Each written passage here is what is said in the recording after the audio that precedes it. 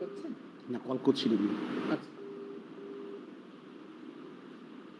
Madam এখনো join করেনি মনে হচ্ছে নাকি?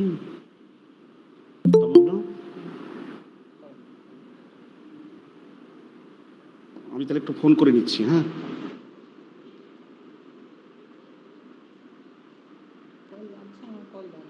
হ্যাঁ,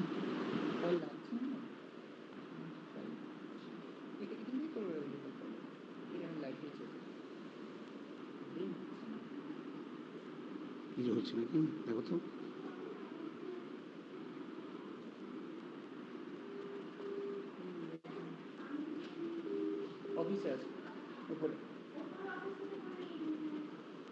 কেটে গেল কেন?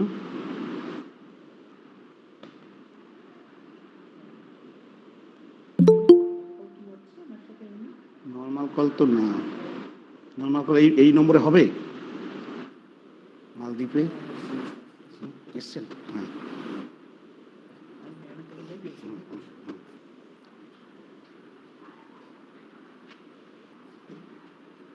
নিবেদিতা, হ্যালো, নিবেদিতা,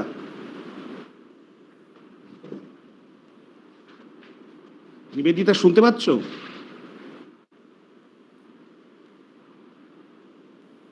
বলো। হ্যালো, ম্যাডাম বোধহয় সম্ভবত জয়েন করেছেন বোধহয় নাকি? হ্যাঁ ম্যাডাম জয়েন করেছেন। হ্যাঁ ম্যাডাম জয়েন করেছে। নিবেদিতা, হ্যাঁ বলো। হ্যাঁ আমরা শুরু করবো তো? সুদেশনাদি, হ্যাঁ আছি। হ্যাঁ আমরা শুরু করবো তো? হ্যাঁ, প্রিন্সিপাল ম্যাম জয়েন করেছেন তো? হ্যাঁ ম্যাডাম জয়েন করেছেন। আমি তো কলেজেই আছি, কলেজেই আছি। আমাদের প্রেসিডেন্ট স্যার এসেছেন? প্রেসিডেন্ট স্যার রেকর্ডিং বললাম না তোমাকে? ও আচ্ছা আচ্ছা, ঠিক আছে। তাহলে কি শুরু করব? ম্যাডামকে জিজ্ঞেস করো, প্রিন্সিপাল ম্যাডামকে। ম্যাম, ম্যাডাম শুরু করবো আমরা? হ্যাঁ, আমাদের স্পিকার ম্যাডাম জয়েন করে গেছে। হ্যাঁ হ্যাঁ ম্যাডাম জয়েন করেছেন। ঠিক আছে, আপনি শুরু করুন। ওকে ম্যাডাম, শুরু করব? হ্যাঁ করো, শুরু করো। Good afternoon to everybody who has already welcome to our present in the webinar. The Department of History of Sarojini Naidu College for Women, in collaboration with Internal Quality Assurance Cell of the same college, has organized a one-day international webinar entitled India through the Lens of Digital, a chapter in our cultural history. And we all know that India has been inhabited by people having multifarious culture and religions. India has been the confluence of different races and tribes who had voiced in the country in course of several centuries. This meant they had expressed a keen interest in Indian culture because Indian culture had been both the elements of novelty and curiosity to the outsiders. The theme of this seminar webinar wishes to highlight how the visitors who had come to India over the years, over centuries, had viewed Indian culture through their eyes. Before we go to the main theme, first I will say that any seminar, any webinar, or any kind of cultural and academic activity college organizes would be impossible without the active inspiration, cooperation, and support of our principal, ma'am, Dr. Urmila Ukil. So I would request ma'am to first deliver the inaugural address of today's international webinar. Urmila ma'am. Thank you, Nivedita. Am I audible? Yes ma'am. Yes ma'am. Good afternoon, everybody. Today, the Department of History and IQAC of Sarojini Naidu College for Women have organized an international level webinar on India through the lens of visitors, a chapter in our cultural history. On behalf of the college, I welcome you all to this webinar. I feel privileged to be associated with an educational institution like Sarojini Naidu College for Women, which offers great opportunity for the youth to develop both culturally and educationally. I am delighted to have Dr. Anjan Sinha, Honorable President of Governing Body of our college, as the keynote speaker. Today's eminent speaker, Professor Dr. Soyad Tanveer Nasreen, Director of Indian Cultural Center, High Commission of India, Maldives, in this webinar. On behalf of the college, I express my gratitude to her for spending her valuable time. I convey my heartiest thanks to the IQAC coordinator, joint conveners, and organizing committee who have taken such a great initiative to promote the importance of cultural history of India. India through the lens of visitors, a chapter in our cultural history, is a great topic to understand India as a diverse culture. From the ancient period till the present, many foreigners who visited India, like Megasthenes, who wrote Indica in Chandragupta's time, and other renowned authors and scholars like Huan Shang, Al-Biruni, Ibn Battuta, Francois Bernier, etc., have not only visited India but described the distinct features of Indian society. Even the Greek historian Herodotus, on accounts of other travelers, imagined India as a land of gold. Its polytheism and syncretism have attracted people from centuries. The most renowned religion, Buddhism, having its origin from India, traveled to the whole world through these visitors. The first ever university of the world, Nalanda University, was enriched by students from different parts of the world, from China to Indonesia. The scholars who studied here spread the knowledge of the great saints and legendaries to their respective countries. The history of Vijayanagara is built by its foreign travelers' account. In the colonial era, Mekele, in his minutes on 2nd February 1835, noted as a traveler that British would never be able to conquer this nation unless they break her backbone, which is her spiritual and cultural heritage. I'd like to thank all participants of today's webinar. And once again, on behalf of the college, I convey my sincere gratitude to our eminent speaker, Professor Dr. Soyad Tanveer Nasreen. I'm sure that we will be enriched a lot by her speech. Thank you, madam. Thank you all. Thank you once again. Namaskar. Our chief patron is Dr. Anjan Sinha. He is the JB president of our college. Sir, I would request sir to say a few words on the occasion, but since he is not present here, his words have been recorded, which will be expressed shortly.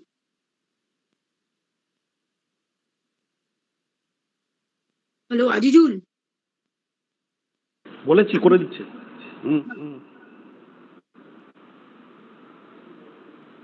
Just wait.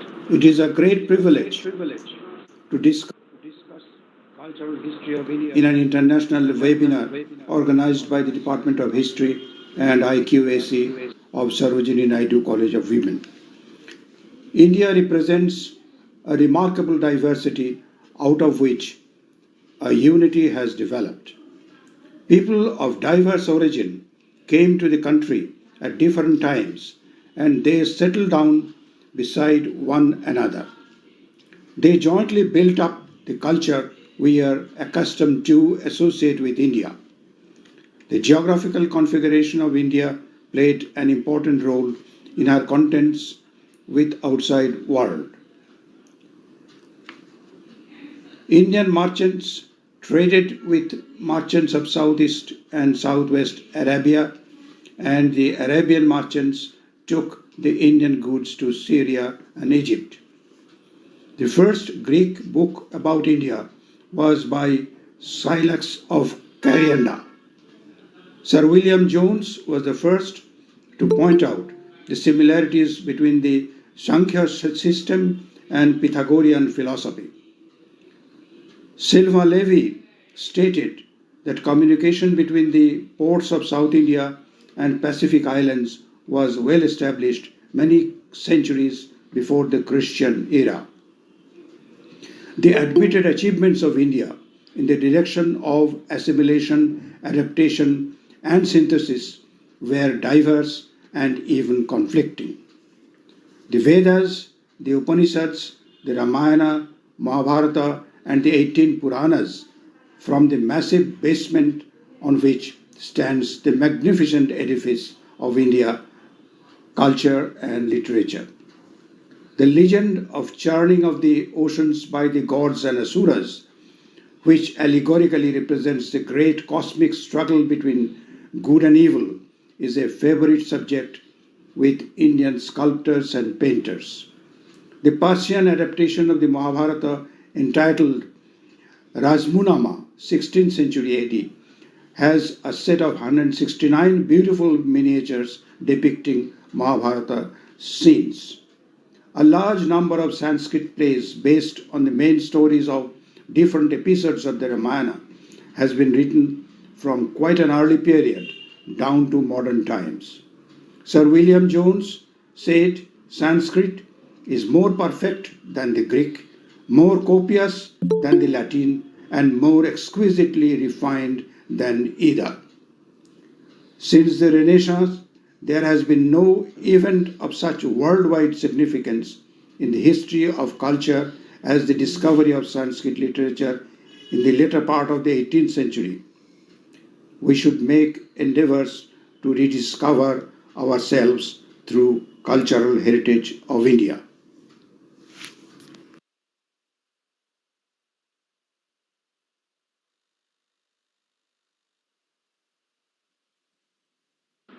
Nivedita Hi. হ্যাঁ স্যারের complete Now, moving next, I'll request Professor Sudeshna Chatterjee from the Faculty of Chemistry. She is the IQAC coordinator of our college. Ma'am, Sudeshna ji, please say something on this occasion. Thank you, Nivedita. Am I audible? Yes. Can you? Yeah. Okay. Yes দিদি yes First, I would like to thank the organizers of this international webinar, my colleagues from the Department of History, especially the head of the department, Dr. Ajijul Bishwas, Nivedita, Professor Sukonda Sarkar, Mr. Narayan Nondi, Ms. Adurini, and my respected principal, Dr. Urmila Ukil, without whose inspiration this international webinar could not be made possible. I also thank our governing body president, Dr. Ranjan Sinha. By profession, he is a doctor, but he has shown great aptitude in all parts of knowledge itself, and he has delivered such a nice talk on Indian cultural history. And myself being a scientist, I know very little of history, but I hope that the inspiring talk by today's eminent speaker, Professor Shayyada Tanvir Nasreen, who is a pioneer of women's empowerment and itself reflection of the rich heritage of Indian cultural history by staying abroad. I thank her with my heart and soul for making some time for us to deliver a lecture on such an interesting topic. Since childhood, we have learned in the history books that India is a country of unity in diversity. And we can compare it with a continent itself. Actually, we call Indian subcontinent, and the cultural heritage has flowed uh, outwards from the ancient India, in which Pakistan, Bangladesh were also included, and the heritage has reached to Sri Lanka, to Tibet by Otis Dipankar Srigyan, and Bali, Cambodia, etc., etc. And nowadays, when we visit Cambodia, the Angkor Wat temple reminds us of our rich cultural heritage. However, since last thousands of years, uh, numbers of many people, they are coming to India. Some come to conquer, some come just to travel to acquire knowledge, and who are coming to conquer, they have been absorbed by our cultural heritage, and who have come to travel to acquire knowledge about India, such an interesting and I would say bowl of knowledge itself. I think all of them have been gratified by what they have learned from us Indian people. And I am very eager to hear from our esteemed speaker how she explains such interesting facts. And I also hope that all of us who are within this webinar, we are eager to listen to her. So I won't delay my humble speech.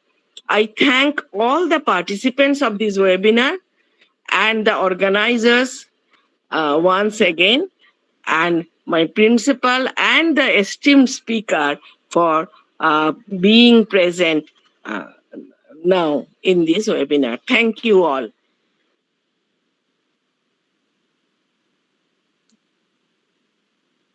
Now, I would like to say a few words before I introduce our revered speaker today. Woods bitterly, in her work, Cultures in Conflict, Encounters between European and non-European cultures, had opined that the relation between encounters between European and non-European cultures are reduced to three basic types: contacts, collisions, and relationships.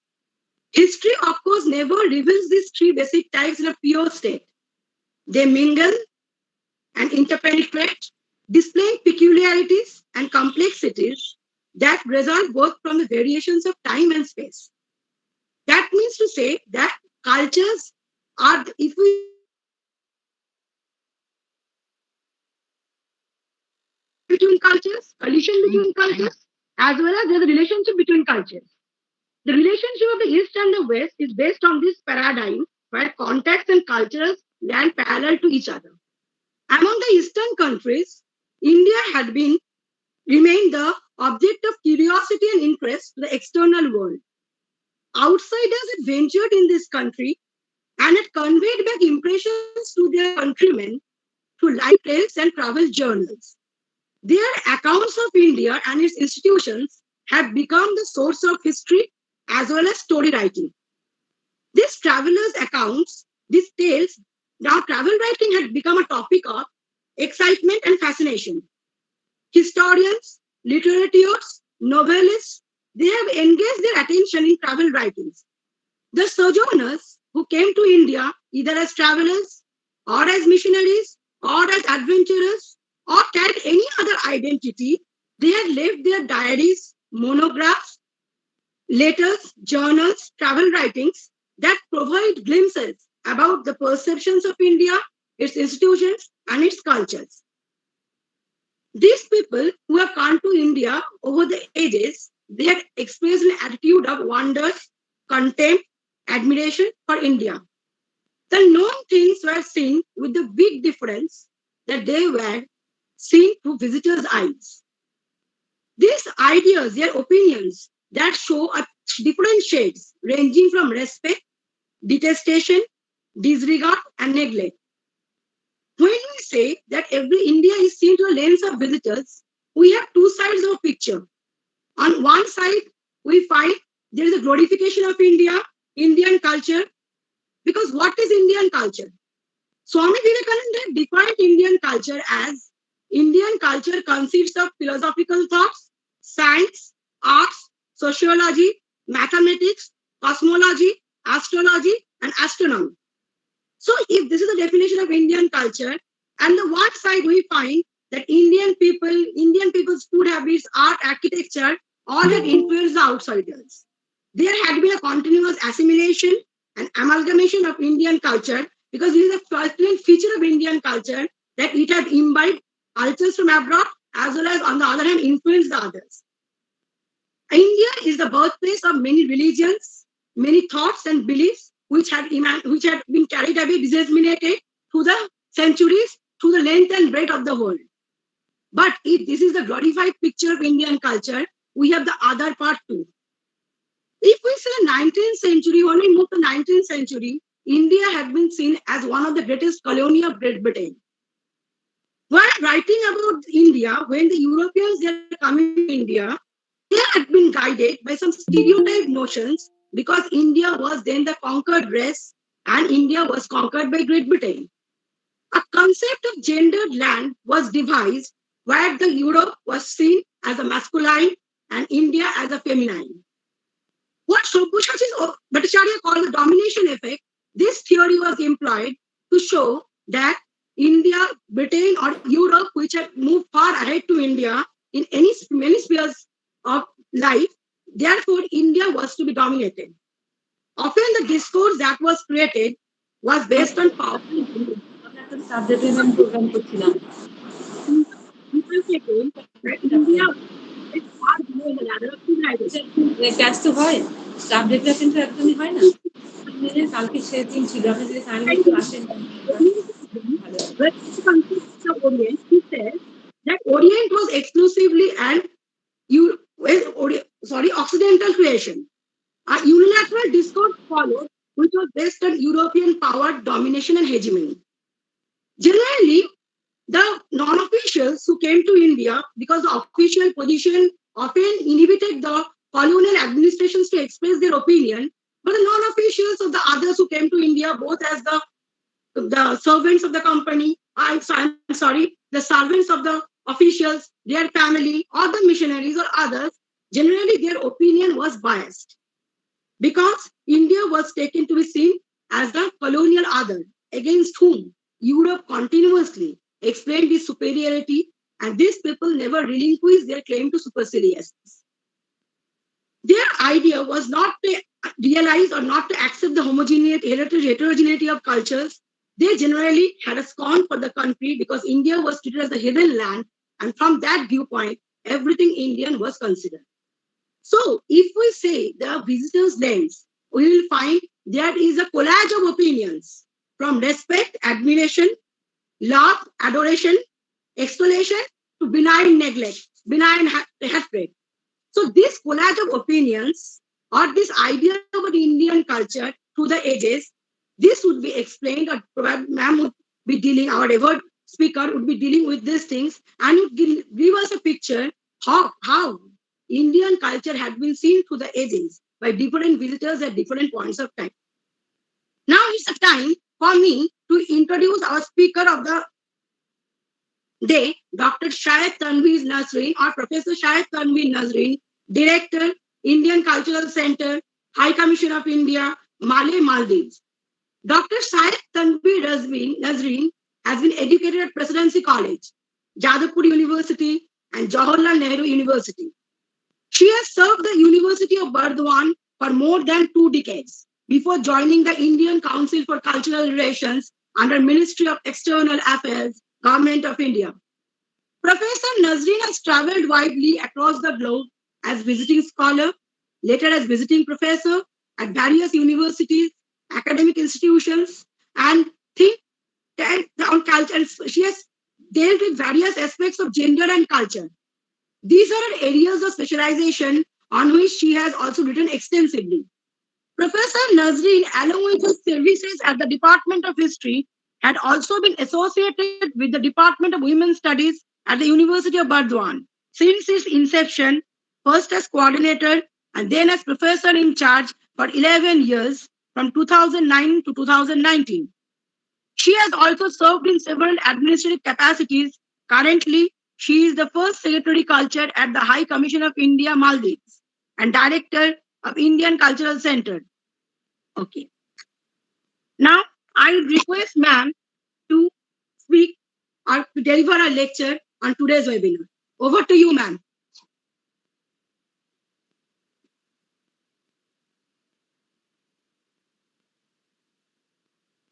Hello? Hello?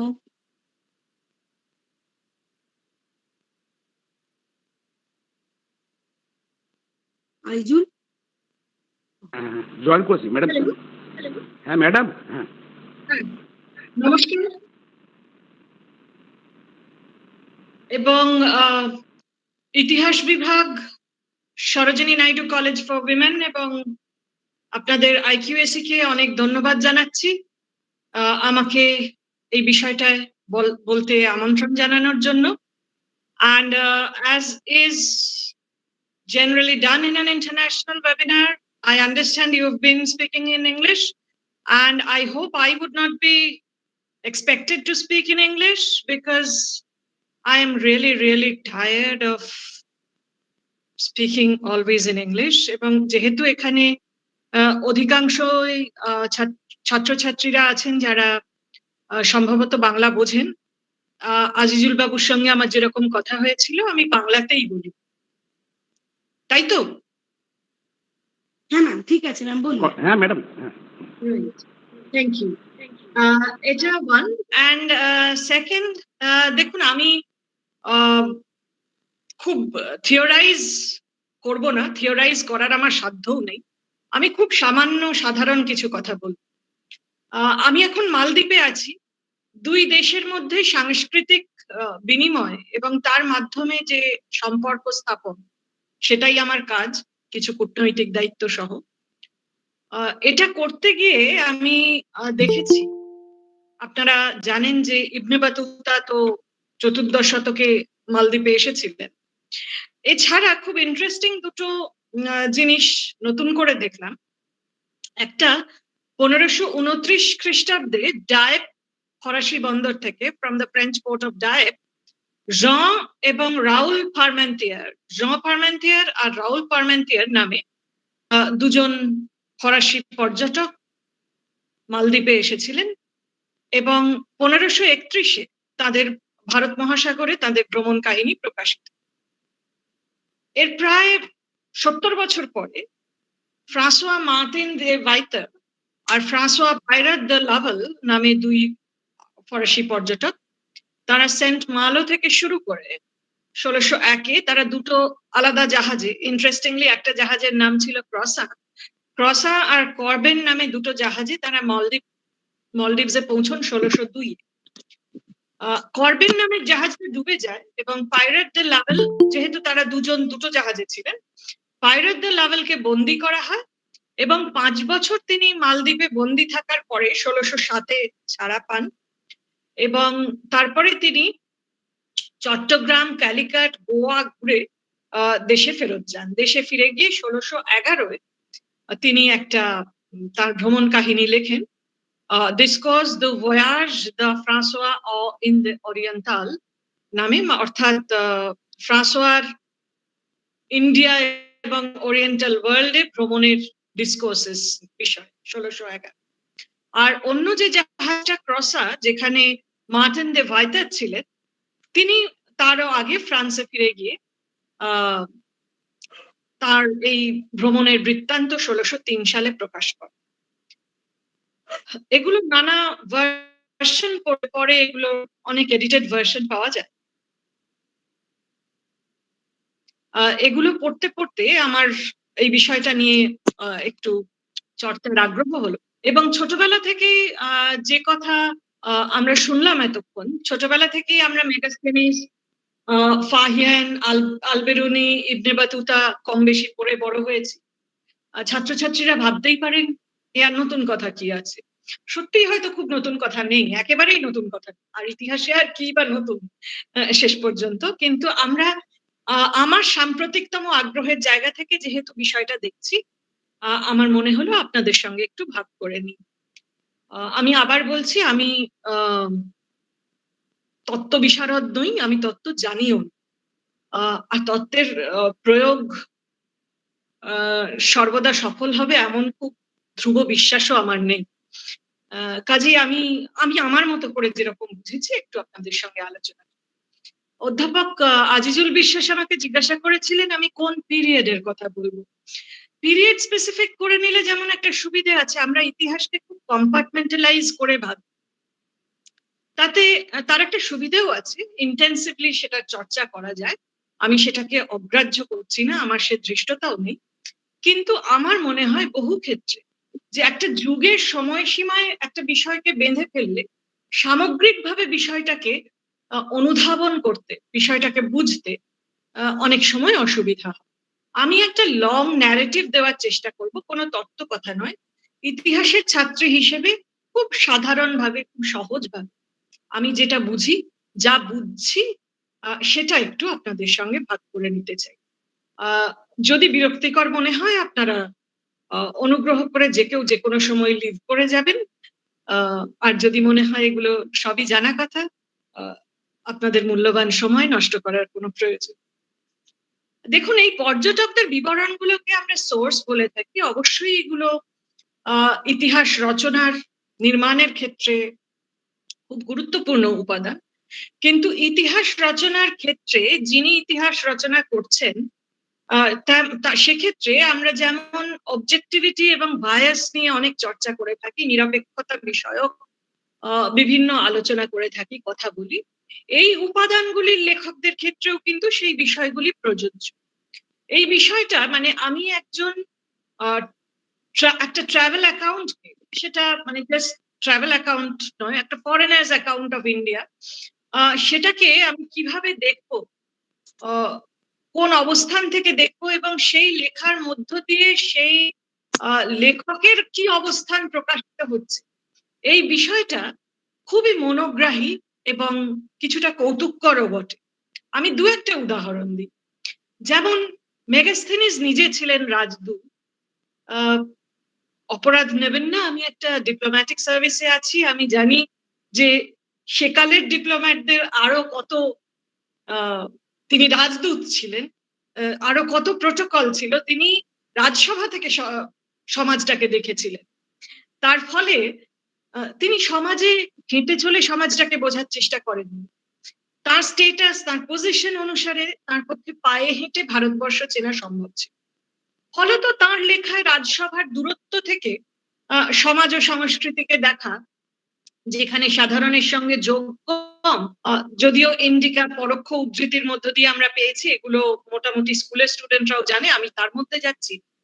কিন্তু এই যে চতুর্বর্ণ বিভক্ত সমাজকে কেন তার চোখে সপ্তজাতি তত্ত্বের কথা এলো, ওই যে কেন তিনি ইজিপ্টের 7 কাস্ট থিওরি অ্যাপ্লাই করলেন, সেটা বুঝতে খুব সুবিধা হয়। তিনি লিখছিলেন সেকেন্ডারি ইনফরমেশনের দিকে, দোভাষী তাকে যা বলছিল আর তার থেকে তিনি যা বুঝছিলেন, এই লেখা হচ্ছিল। সঙ্গে যদি ধরি হিউয়েনসাংকে, যাকে জিওয়ানজং বলা হয় আজকাল, আমরা হিউয়েনসাং করেই বড় হয়েছি, যাই বলুন তাতে কিছু অসুবিধা নেই। এই ভদ্রলোক, এই চৈনিক পরিব্রাজক, যেহেতু পায়ে হেঁটে ভারতবর্ষ ঘুরছিলেন, হর্ষবর্ধনের সমকালে ভারতে এসে তিনি ঠিক কতবার দুর্বৃত্তদের হাতে পড়েছিলেন, বিদেশিকে সামনে পেয়ে সেই সময়ের স্থানীয় মানুষ কিভাবে তাকে বুলি করছিল, তার একটা প্রত্যক্ষ বিবরণ আমরা পাই। আর এর সঙ্গে যদি মেলাই ইবনে বাতুতার রিলার কথা, যে 14দশ শতকে তিনি সেন্ট্রাল এশিয়া হয়ে, মরক্কো থেকে শুরু করে সেন্ট্রাল এশিয়া হয়ে সিন্ধে পৌঁছচ্ছেন 1333-এ, এবং এই সময়ে তিনি লিখছেন যে 40 দিন সময় লাগে মুলতান থেকে দিল্লি আসতে, 50 দিন সময় লাগে সিন্ধ থেকে দিল্লি পৌঁছতে। এবং এই যে 40 দিনের যাত্রা পথ মুলতান থেকে দিল্লি, তার মধ্যে তিনি বহুবার দুর্বৃত্তের হাতে পড়েছেন এবং দুর্বৃত্তের হাতে মানে একটা সময় তিনি মানে প্রবলভাবে উন্ডেডও হন, তার ক্যারাভানের অনেকে মারাও যায়। এই যে সমস্ত অভিজ্ঞতাগুলো, এইগুলোর মধ্য দিয়ে কিন্তু আমরা আসলে একটা মানে হাতে কলমে সমাজকে দেখার, হাতে কলমে প্রত্যক্ষ অভিজ্ঞতার একটা নথি পাচ্ছি। ফার্স্ট হ্যান্ড অ্যাকাউন্ট হিসেবে অবশ্যই তার একটা গুরুত্ব আছে। সেই জন্যই তো ইট সিং ঘটা করে পূর্ব ভারতের একটা স্তূপের কথা বলছেন যখন, তিনি সেই স্তূপটার বিবরণ দিতে গিয়ে বলছেন মিলি কিয়াসি কিয়াপনো। যখন প্রথমবার ভারতীয়দের হাতে সেই সূত্র পড়লো, সেই তথ্য পড়লো, তারা চমকে গেলেন। এরকম আশ্চর্য নয় কি বাংলাদেশের স্তূপের এরকম চৈনিক নাম? কিন্তু পরে রিলেট করে বোঝা গেল যে তিনি মিলি কিয়াসি কিয়াপনো বলে যেটার কথা বলছিলেন, সেটা আসলে মৃগস্থাপন স্তূপের কথা বলছিলেন। এই যে যথা শ্রুতাম তথা লিখিতাম, আমি যা শুনলাম সেরকমই লিখলাম, মৃগস্থাপন শব্দটা একজন চৈনিক পরিব্রাজকের কানে, একজন চৈনিক পর্যটকের কানে যেরকম পৌঁছেছিল, তিনি সেরকম করেই ভেঙে ভেঙে চীনা ভাষায় লেখবার চেষ্টা করেছিলেন। আরো আগের কথা বলতে গেলে আমি সেগুলোর মধ্যে যাচ্ছি না। রমেশচন্দ্র মজুমদারের ক্লাসিক্যাল অ্যাকাউন্টস অফ ইন্ডিয়া পড়তে পারেন, সেখানে প্রাচীন ভারতের আদি কথা অনেক রয়েছে। প্রাচীনতম উপাদানগুলির মধ্যে অন্যতম ওই স্কাইল্যাক্স অফ ক্যারিয়ান্ডা, যাকে পারস্যের রাজা প্রথম দারিয়াস ইন্ডাসের এক্সপ্লোর করবার জন্য পাঠিয়েছে। তারপরে নিয়ারকাস, আরিয়ান, অনেসিক্রিটাস, অ্যারিস্টোবুলাস, ক্লাইটারকাস, স্টেসিয়াস, এদের বিবরণ পেরিয়ে 3 প্রজন্মের প্রায় রাজদূতদের বিবরণ, চন্দ্রগুপ্ত মৌর্য, বিন্দুসার, অশোক পেরিয়ে আমরা প্রাচীন ভারত সম্পর্কেও কিন্তু বেশ কিছু গুরুত্বপূর্ণ উপাদান পাই। 47 খ্রিস্টাব্দ নাগাদ হিপালাস যখন ইজিপশিয়ান, তিনি যখন দক্ষিণ পশ্চিম মৌসুমী বায়ু আবিষ্কার করলেন এবং ক্রমে যে স্থলপথ এবং জলপথগুলো তৈরি হচ্ছে, প্রতিষ্ঠিত হচ্ছে, ভারতবর্ষের উত্তর পূর্ব এবং উত্তর পশ্চিমে যেগুলি এক্সপ্লোর্ড হলো, সেগুলোই কিন্তু দীর্ঘদিন পর্যন্ত 17th-18th সেঞ্চুরি পর্যন্ত ব্যবহৃত হচ্ছে। সপ্তদশ শতকে আমরা 2জন জেসুইট ফাদারের কথা পাচ্ছি, জোহান গ্রুবার এবং অ্যালবার্ট ডি অরওয়েল। এরা চীন থেকে আসবার সময় লাসা হয়ে কাঠমান্ডু পৌঁছল। পিকিং ছাড়ছেন তারা এপ্রিল 1661-তে এবং কাঠমান্ডু পৌঁছচ্ছেন মার্চ 1662-তে। এই পিকিং থেকে কাঠমান্ডু, আজকের বেজিং থেকে কাঠমান্ডু এসে পৌঁছানোর যে 1 বছরের যাত্রা পথ, এই পথটাই কিন্তু এই মূল স্থলপথ এবং জলপথ যে 4টে আমরা দেখতে পাচ্ছি, সেখানে সেটা তারা ব্যবহার করেছিলেন এবং তাদের বিবরণও আমরা পাচ্ছি এই 1 বছরে তারা যাত্রাপথে কি দেখছে। মূলত 4টে কারণে বিদেশিরা ভারতবর্ষে এসেছিলেন। একটা মাইগ্রেশনের স্বাভাবিক রীতিতে, একটা আক্রমণের কারণে, ধর্ম, শিক্ষা, দর্শন চর্চার প্রয়োজনে এবং বাণিজ্য। জলপথের ক্ষেত্রেও ভারত মহাসাগর, যাকে গ্রিকরা এরিথ্রিয়ান সি বলেছেন, সেক্ষেত্রেও কিন্তু আমরা জলপথের ক্ষেত্রেও কিন্তু আমরা অন্তত 4টে রুট দেখতে পাচ্ছি যেগুলি ব্যবহার করা হচ্ছে।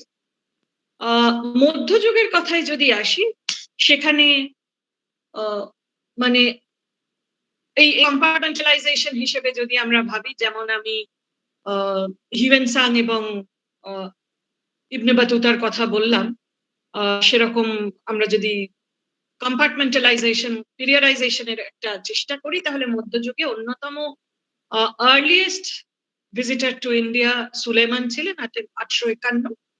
তার বিবরণ আমরা পাচ্ছি। আল মাসুদি 957, এবং তিনি আরব থেকে এসেছিলেন।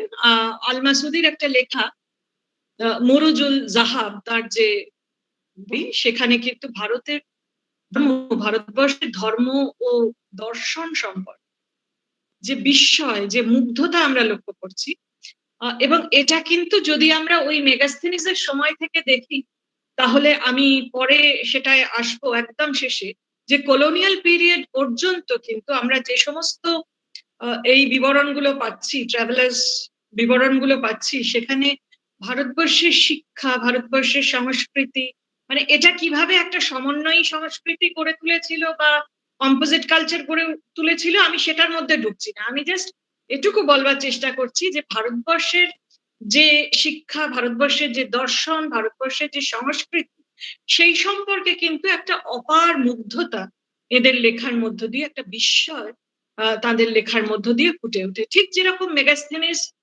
ব্র্যাকম্যানদের কথা বলেছিলেন, ব্র্যাকম্যান এবং সারম্যানদের কথা বলেছিলেন, ব্রাহ্মণ এবং শ্রমণদের কথা বলেছিলেন, ঠিক সেরকমই আমরা আল মাসুদির লেখাতেও এটা পাচ্ছি। ঠিক যেটা বলছিলাম যে John Marshall, William Jones, Monier Williams হয়ে একেবারে এডওয়ার্ড কার্পেন্টার পর্যন্ত ভারতবর্ষের ধর্ম, ভারতবর্ষের শিক্ষা, ভারতবর্ষের সংস্কৃতি, ভারতবর্ষের দর্শন সম্পর্কে মুগ্ধতাটা কিন্তু অসাধারণ। আমি কয়েকটা উদাহরণ দিই এখানে। জেমস আর ব্যালেন্টাইন 1859 লিখছেন, তিনি হিন্দু সিস্টেমস অফ ফিলসফি বিষয়ে লিখছেন। মনিয়ার উইলিয়ামস 1875 যোগ বিষয়ে লিখছেন, যোগা বিষয়ে লিখছেন। আলফ্রেড কমেন লায়াল 1889 ধ্যান বিষয়ে লিখছেন, meditations of a Hindu priest লিখছেন। Edward Carpenter 1892 a visit to a Gnani লিখছেন, এবং সেখানেও তিনি লিখছেন যে জ্ঞান অর্জনের 3টে মার্গ, 3টে পথের কথা বলছেন। দৈব জ্ঞান অর্জনের 3টে মার্গ, 1 স্বাধ্যায়। তিনি তার মতো করে লিখছেন। ভারতবর্ষের কনটেক্সটে যে বিষয়টা, ভারতবর্ষের কালচারাল কনটেক্সটে যে বিষয়টা তিনি তুলে ধরবার চেষ্টা করছেন, সেটা এরকম যে সেই 3টে পথের একটা হচ্ছে স্বাধ্যায়, অর্থাৎ নিজে নিজে অধ্যয়ন, স্ব অধ্যায়, গুরুর সাহায্যে সেই মার্গে যাত্রা, এবং verification of the tradition by one's own experiences, নিজের অভিজ্ঞতার মাধ্যমে সেটা উপলব্ধি করা। অর্থাৎ সেই মেগাস্থেনিস থেকে শুরু করে আমরা 1892 পর্যন্ত, তারও পরে আজও পর্যন্ত ভারতবর্ষের ধর্ম, দর্শন, সংস্কৃতি, শিক্ষা বিষয়ে মুগ্ধতা পুরোয় না, কিন্তু আমরা কিন্তু এই ধারাবাহিকতাটা লক্ষ্য করছি। এটা থেকে আলবেরুনিও বাদ যাননি। আলবেরুনি বেসিক্যালি উজবেকিস্তানের মানুষ। 1024 থেকে 1030 এই পর্ব পর্যন্ত তিনি ভারতবর্ষে ছিলেন, এবং কিতাবুল হিন্দ নামে একটি অসাধারণ গ্রন্থ রচনা করেন। সেই গ্রন্থে 80টি অধ্যায় আছে। আমার অনুবাদে পড়বার সুযোগ হয়েছে।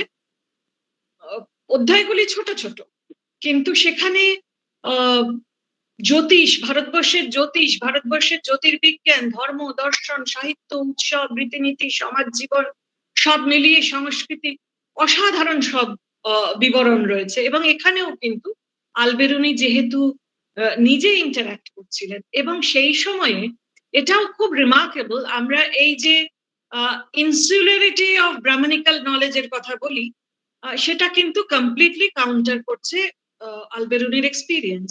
তিনি যে সমস্ত ব্রাহ্মণদের সঙ্গে খুব নিবিড় ভাবে ইন্টারঅ্যাক্ট করেছেন, তার উল্লেখ কিন্তু তার লেখা থেকে পাচ্ছি। And as a knowledgeable person, একজন শিক্ষিত মানুষ হিসেবে তাকে তার সঙ্গে ব্রাহ্মণ গ্রহণ করেছি, এবং ব্রাহ্মণদের কাছে তিনি কি শিখছেন, কারণ ব্রাহ্মণদের কাছেই এই নলেজটা থাকতো, এবং ব্রাহ্মণদের সঙ্গে তার কি ইন্টারাকশন হচ্ছে, সেটার মধ্যে যে হৃদ্যতা আছে, এটা কিন্তু খুব ভারতবর্ষের সংস্কৃতির রিফ্লেকশন হিসেবে এটা খুব ইন্টারেস্টিং। আমি পরে আবার বলবো যে ভারতবর্ষের সংস্কৃতি অনুসারে কিভাবে এই যে আমরা অতিথি দেবো ভব কথাটা ব্যবহার করি, একজন অতিথি, একজন আগ্রহী শিক্ষার্থীকে ভারতবর্ষের ব্রাহ্মণরা কিভাবে গ্রহণ করছেন। আমি ব্রাহ্মণ কথাটা কাস্ট বোঝাতে ব্যবহার করছি না, মানে generally because they had the repertoire of knowledge, সেজন্য ব্যবহার করছি। সংস্কৃত শিখছেন, তিনি অনেক টেক্সট অনুবাদ করার উদ্যোগ নিচ্ছেন, এবং এটা ইন্টারেস্টিং যে আমরা যে ইতিহাসটা পড়ি, সেই ইতিহাসটা এত বেশি political history oriented. Mahmud of Ghazni Mahmud, তিনি ভারতবর্ষ আক্রমণ করলেন, সোমনাথ মন্দির ছাড়খাড় করলেন, এইসব গ্র্যান্ড ন্যারেটিভ আমরা পড়ে থাকি এবং তার যে সমস্ত ইমপ্লিকেশনস সেগুলো মধ্য দিয়েও আমাদের যেতে হয়। কিন্তু ইতিহাসের যে আরো অনেকগুলো স্তর আছে সেগুলো আমরা সর্বদা কিন্তু ইতিহাস পড়তে গিয়ে খেয়াল রাখি না। যেমন আমরা খেয়াল রাখি না যে সোমনাথ মন্দির ধ্বংস হলো, I am not commenting on any of it, কিন্তু যেহেতু জেন্ডার আমার স্পেশালাইজেশন, সোমনাথ মন্দিরে যে দেবদাসীরা ছিল তাদের কি হলো? ইতিহাসে কিন্তু তাদের কথা কোথাও লেখা হয়নি, কারণ ইতিহাস এর মানে male centric, political history centric. ওই সেখানে বীরত্ব, বীরগাথা, ধ্বংস, এই ইতিহাস, যুদ্ধ, এই ইতিহাসগুলো অনেক বেশি প্রাধান্য পেয়েছে। ঠিক যেমন গাজনি মাহমুদের সোমনাথ মন্দির আক্রমণের পরে দেবদাসীদের কথা আমরা পাচ্ছি না যখন সোমনাথ মন্দিরের অবক্ষয় শুরু হচ্ছে, ঠিক সেরকমই আমরা আলবেরুনিকে যখন পড়ি তখন আমি গাজনি মাহমুদের ইনভেশনকে জাস্টিফাই করার জন্য বলছি না, কিন্তু একটা টোটাল পার্সপেক্টিভ অফ হিস্ট্রির জন্য কথাটা বলছি, যে আমরা তার আরেকটা ইমপ্লিকেশন অফ হিজ যে আক্রমণ সেটা ভুলে যাই, যে গজনি মাহমুদের সঙ্গেই কিন্তু, মাহমুদ অফ গজনির সঙ্গেই কিন্তু আলবেরুনি এসেছিলেন। আলবেরুনির সোর্স ভারতবর্ষে আমরা কিভাবে ব্যবহার করব, সাধারণভাবে আমরা সেটাকে ওই মাহমুদ অফ গজনি আক্রমণের থেকে বিচ্ছিন্ন করে দেখি। দুটোর মধ্যে হয়তো কোনো প্রত্যক্ষ যোগাযোগ নেই, কিন্তু ডেফিনেটলি ওয়ান ফ্যাসিলিটেটেড দি আদার। 1486 খ্রিস্টাব্দে পর্তুগিজরা কেপ অফ গুড হোপের পথটা আবিষ্কার করলো। এটায় শিলমোহর দিলেন ভাস্কো ডা গামা, যাত্রা করলেন লিসবন থেকে 8 জুলাই 1497 এবং ক্যালিকাটে এসে পৌঁছলেন 19 মে 1498। এবং রিমার্কেবল এটা যে তিনি আবার 20টা জাহাজ নিয়ে 1502 ফেরত এসেছেন। মার্কো পোলোর কথা এই প্রসঙ্গে আমি একটু বলবো। ট্রাভেলস অফ মার্কো পোলো 1292-94 এই সময়। মার্কো পোলোর লেখা থেকে আমরা কি ইকোনমিক হিস্ট্রি, পলিটিক্যাল হিস্ট্রি পাচ্ছি, এগুলোতে অনেক বেশি গুরুত্ব দেওয়া হয়। আমি 3টে বিষয় এখানে একটু উল্লেখ করতে চাই। এক, মার্কো পোলোর লেখা থেকে আমরা প্রথমবার জানতে পারছি, যেটা পরে প্রিন্সিপাল ম্যাডামও বললেন বিজয়নগরের ইতিহাসের ক্ষেত্রে যে ভূমিকা, যেটা আমরা পরে বিজয়নগরের ইতিহাসে যে সমস্ত বিদেশিরা লিখছেন তাদের লেখা থেকে যেমন জানতে পারছি, যে প্রথম কিন্তু আমরা মার্কো পোলোর লেখায় এটা পাচ্ছি যে বছরের 4টে পূর্ণিমা তিথিতে মন্দিরগুলিতে কন্যা উৎসর্গ করা হতো, তিনি বলছেন ছাগ শিশুর মতো। সো এই যে দেবদাসী প্রথা এবং কিভাবে এটা গড়ে উঠছে সেটা একটা ইম্পর্টেন্ট বিষয়। তার লেখায় আমরা দক্ষিণে সতীদাহর রেফারেন্স পাচ্ছি। আর আরেকটা বিষয় আমার খুব ইন্টারেস্টিং মনে হয়, যে আজও পর্যন্ত, আমি কালচারাল হিস্ট্রির কথা বলছি, যে আমরা আজও পর্যন্ত অনেক সময় খুব কনফিউজড থাকি ভোগ আর প্রসাদ এই শব্দ দুটো প্রয়োগ বিষয়ে। আমরা প্রসাদ খাচ্ছি না ভোগ খাচ্ছি, ভোগ কিভাবে প্রসাদ হয়ে ওঠে এটা কিন্তু আমরা অনেক সময় বুঝতে পারি না। আমি মার্কো পোলোর কনটেক্সটে কথাটা বলছি, জাস্ট একটা বোঝানোর জন্য যে কালচারাল হিস্ট্রিতে তার ইম্প্যাক্টটা কোথায়। মার্কো পোলো বিদেশ থেকে এসেছিলেন, তিনি এদেশের ভাষা জানতেন না, এবং তিনি যখন দেখছেন যে লোকে কাঁধে করে করে ভাড়া ভাড়া খাবার নিয়ে আসে, ঠাকুরের সামনে, বিগ্রহের সামনে রাখে, তারপরে নাচ গান হয়, সেটা সবাই খুব, নাচ গানটা ডেডিকেটেড টু গড। এই সময়ই ভরতনাট্যমের মানে classical dances of south India evolve করছে, নাট্যবানদের প্রশিক্ষণে এই বিষয়টা হচ্ছে, তারা নাচ গান করে, উচ্চ মার্গের নাচ গান করে, তারপরে সেই খাবারগুলো তারা নিজেরাই খেয়ে ফেলে এবং দর্শকদের। এই বিষয়টা কিন্তু কিছুতেই মার্কো পোলোর মাথায় ঢুকছে। তো বেশ কিছুদিন অবজার্ভ করার পরে মার্কো পোলো বুঝতে পারলেন, মার্কো পোলো লিখছেন একটা জায়গায় যে তিনি বেশ কিছুদিন অবজার্ভ করার পরে বুঝতে পারলেন, তার তো প্রথমে মনে হয়েছিল যে খাবারটা তো এমনি খেয়ে ফেলা যায়, ঠাকুরের সামনে রেখে না, মানে বিগ্রহের সামনে রেখে নাচ গান করবার দরকার।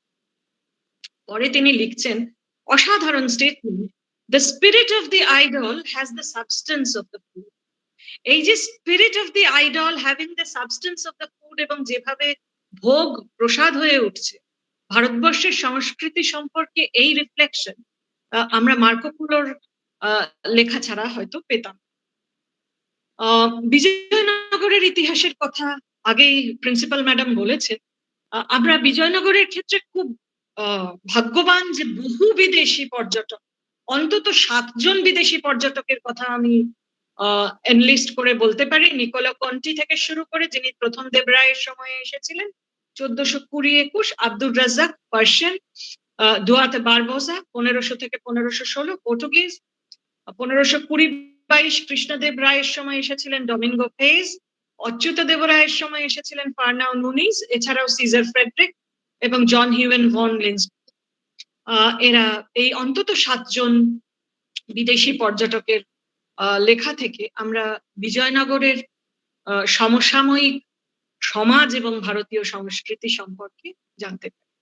যে কথা বলছিলাম, ভাস্কো ডা গামার আসার কথা 1497-98, তারও আগে আরেক পর্তুগিজ অ্যাডভেঞ্চারার, তার নাম পেড্রো ডি কোভিল্লা, তিনি আরব বণিকের ছদ্মবেশে 1488 সালে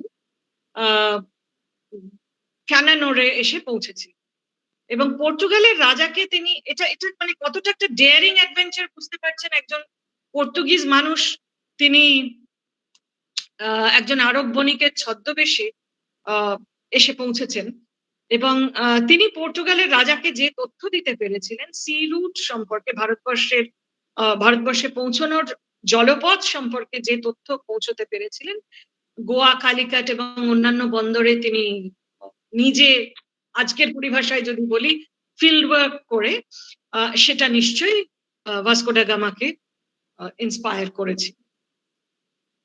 16 শতক পর্যন্ত ব্রিটিশদের সংখ্যা পর্তুগিজদের তুলনায় নগণ্য। এছাড়াও রাশিয়ানরা এসেছেন। রাশিয়ানদের মধ্যে থানাসিয়াস নিকিনের কথা উল্লেখযোগ্য, কারণ তিনি 1470 থেকে 74 এই সময়টা ভারতবর্ষে ছিলেন এবং তার জার্নি বিয়ন্ড 3 সিজ বইটা একজন রাশিয়ান ট্রাভেলারের চোখে, একজন রাশিয়ান ভিজিটরের চোখে কিভাবে তিনি ভারতবর্ষকে দেখছেন। তিনি বাহনী সাম্রাজ্যে 3য় মোহাম্মদের সময়ে এসেছে। ভাস্কো ডা গামার সঙ্গে 2 জন জার্মান নাবিকও এসেছিলেন। এটা এসেনশিয়ালি একটা পর্তুগিজ অ্যাডভেঞ্চার ছিল, কিন্তু তার সঙ্গে 2 জন জার্মান নাবিকও এসেছিলেন, মার্টিন বেহেম এবং জোহান্স মুল।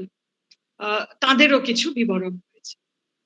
ব্রিটিশদের মধ্যে, ইংলিশদের মধ্যে প্রথম মনে করা হয়, অ্যাংলো স্যাক্সন ক্রনিকলের একটা সূত্র থেকে পাওয়া যাচ্ছে, আমরা প্রথম মনে করা হয় যে 883 খ্রিস্টাব্দে সাইগেলমাস নামে একজনকে কিং অ্যালফ্রেড পাঠিয়েছিলেন সেন্ট টমাসের সমাধিতে। কিন্তু এই সাইগেলমাস 883 খ্রিস্টাব্দে, অর্থাৎ 9ম শতকের শেষ দিকে এলেও তিনি কিছু লেখেননি। পরের দিকে ফাদার টমাস স্টিফেন্স, তিনি ইন্ডিয়ায় এসেছিলেন 1579 থেকে 1619 পর্যন্ত তার সময়কাল। তিনি কলেজের রেক্টর হিসেবে সলসেটে এসেছিলেন, পরে মিশনারি কাজে মন দেন। তিনি একটা অসাধারণ মারাঠি ভাষায় বই লিখেছিলেন, ক্রিশ্চিয়ান পুরাণ। যেমন পুরাণের স্টাইলে তিনি ক্রিশ্চিয়ান পুরাণ নামে একটি বই লিখেছেন। গভীরভাবে ধারাটা শুরু হচ্ছে 1583-তে রালফ ফিচের আগমনের সঙ্গে সঙ্গে। Dutch, Belgian, French, Danes, Germans, Russians, আমি 2-একটা উদাহরণ মাত্র দিলাম। এবং 1776-এর পরে আমেরিকানরা, লেটাস সে মার্ক টুয়েন পর্যন্ত প্রবলভাবে ভারতবর্ষে এসেছে। রালফ ফিচ যখন আসছেন তখন আকবরের সময়কাল, এবং বেনারসকে কেন্দ্র করে তিনি কি লিখছেন, তিনি অনেক কিছু লিখছেন, ভারতবর্ষের সমাজ সংস্কৃতি সম্পর্কে যা যা দেখছেন তাই লিখছেন। তো তার মধ্যে থেকে বেনারসকে কেন্দ্র করে আমি জাস্ট একটা এক্সাম্পল দিই, কারণ অনেক সময় চলে যাবে তা না হলে, যে কিভাবে এই যে অবজেক্টিভিটি, বায়াস, এগুলোর কথা বললাম, সেখান থেকে বোঝা যাবে যে যিনি লিখছেন তার অবস্থান কিভাবে, তিনি কি লিখছেন সেটাকে প্রভাবিত করে। আমি এটার সাবটাইটেল দিয়েছি আর chapter in our cultural history বলেছি। আসলে এটা actually a glorious chapter in our cultural history বলা উচিত। রালফ ফিচ বলছেন বেনারসকে কেন্দ্র করে, বেনারস সম্পর্কে বলছেন, when they give, মানে সেখানে তারা যখন দেয়, the old men, হাটিয়াস এবং পণ্ডিতস say certain prayers and then all is holy. এই যে একটা বাক্যের মধ্যে অসাধারণ, যে ঘাটিয়া বা পণ্ডিতদের কিছু দেওয়ার পরে তারা একটা মন্ত্র উচ্চারণ করেন এবং তারপরেই সবকিছু শুদ্ধ হয়ে যায়, and then all is holy. এটা একজন বিদেশির চোখে ভারতীয় সংস্কৃতির অভিনবত্ব বলে আমরা মনে করতে পারি। ফরাসিদের মধ্যে তাভার্নিয়ারের নাম উল্লেখযোগ্য। সপ্তদশ শতকে এই ভদ্রলোকের নেশা লেগে গিয়েছিল ভারতবর্ষ সম্পর্কে। মোট 6 বার এসেছিলেন এবং তখনকার দিনে 6 বার ভারতবর্ষ আসা ইউরোপ থেকে খুব সহজ বিষয় ছিল না। ট্রাভেলস ইন ইন্ডিয়া বলে তিনি একটা বই লেখেন পরে, এবং তার লেখা থেকে তার সময়ের হায়দ্রাবাদ, তার সময়ের বেনারস সম্পর্কে আমরা অনেক কিছু জানতে পারি। অন্যতম, মানে অনেক ট্যাভার্নিয়ার তো খুবই কোটেড হয়েছেন বিভিন্ন বিষয়ে। আমার খুব উল্লেখযোগ্য মনে হয়, খুব ইন্টারেস্টিং মনে হয় যে উনি নিজে জুয়েল মার্চেন্ট ছিলেন, জুয়েলার ছিলেন, বেসিক্যালি রত্ন বণিক ছিলেন, এবং স্বাভাবিকভাবেই রত্ন খনিগুলো, হীরের খনিগুলোর প্রতি তার আগ্রহ ছিল। এবং গোলকোন্ডা এলাকায় কল্লুর খনি অঞ্চলে যে সেই সময় 60,000 শ্রমিক, 60,000 শ্রমিক কাজ করতেন, সেটা আমরা তার লেখা থেকে জানতে পারছি। এবং ভেরি ভেরি ফ্যাসিনেটিং যে তার লেখায় আমরা ফার্স্ট হ্যান্ড অ্যাকাউন্ট পাচ্ছি যখন 1656 খ্রিস্টাব্দে, পরে যার নাম দেওয়া হয়েছে কোহিনূর, এই কোহিনূর হিরেটি পাওয়া যায়। এবং 1656 এই যে সুলতান আব্দুল্লাহ কুতুব শাহর আমলে যে কোহিনূর যখন পাওয়া যাচ্ছে, এই 787 ক্যারেট হিরে, সেটা ঘিরে যে উত্তেজনা, সেটা তার লেখার মধ্যে প্রতিফলিত হয়েছে। এবং শাহজাহানকে সেটা মীর জুমলা উপহার দিচ্ছে, সেটাও কিন্তু আমরা ট্যাভার্নিয়ারের লেখা থেকে জানতে পারছি। মানে কোহিনূরের ইতিহাসটাই আলাদা করে পড়া যেতে পারে আমাদের সাংস্কৃতিক ইতিহাসে। সেখানে কিন্তু আমার মনে হয় যে বৈদেশিক উপাদানও একটা খুব গুরুত্বপূর্ণ বিষয়, এবং ট্যাভার্নিয়ার যেহেতু নিজে রত্ন ব্যবসায়ী ছিলেন, তার অবজারভেশন গুলো খুব ইন্টারেস্টিং। বেনারসে সকালে তিনি বিন্দু মাধব মন্দিরে, বিন্দু মাধব মন্দির তিনি বলেননি, তার কাছে সব মন্দিরগুলোই ছিল প্যাগোডা, এবং তিনি জানতেন না যে সেটা বিষ্ণু মূর্তি ছিল। আচারগুলিও কিছু তিনি জানতেন না, কিন্তু তিনি ডিটেইলে বিবরণ দিচ্ছেন, আরতি প্রক্রিয়ার বিস্তারিত বিবরণ তার লেখা থেকে আমরা পাচ্ছি।